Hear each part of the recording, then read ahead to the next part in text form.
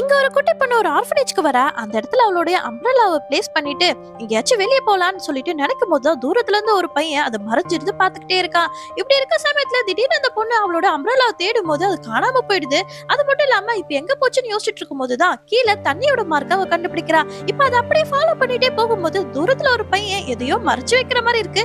So நீ தானே என்னோட அம்ப்ரெல்லா எடுத்த அப்படின்னு சொல்லிட்டு அந்த பையனை இழுக்கும் போது அந்த கபோர்ட்ல இருக்கக்கூடிய புக்ஸ் எல்லாத்தையுமே அவன் மேலேயே விழுந்துருது. இந்த சத்தம் கேட்டு அங்க இருக்கக்கூடிய எல்லாரும் மேல வந்துடுறாங்க. இந்த குட்டி பொண்ணு அவங்க கிட்ட இருந்து பாத்தீங்கன்னா அந்த எல்லோ கலர் அம்ப்ரெல்லாவை வந்து எடுத்துட்டு போயிடுறா.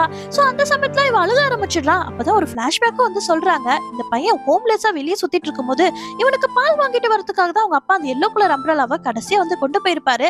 சோ அதுல வந்து பாத்தீங்கன்னா ஒரு காணாம போயிடுவாரு. அதுக்கப்புறம் தான் இந்த ஆர்ஃபனேஜ்க்கு வந்திருப்பான். இந்த சோக கதைகள்லாம் வந்து சொல்ல இப்ப அந்த பொண்ணுக்கு எமோஷன் ஆகி அந்த அம்ப்ரெல்லாவை இவன்கிட்டயே வந்து கொடுத்துட்டு போயிடுவான். இப்படி அந்த குட்டி பையனே வந்து பாத்தீங்கன்னா வயசான பெரியவரா மாறிடுறாரு. அது மட்டும் இல்லாம அந்த எல்லோ கலர் அம்ப்ரெல்லாவை சேல் பண்ணும்போது அவருக்கு பழைய நினைவுகள்லாம் வந்து ஞாபகம் வந்துரும்.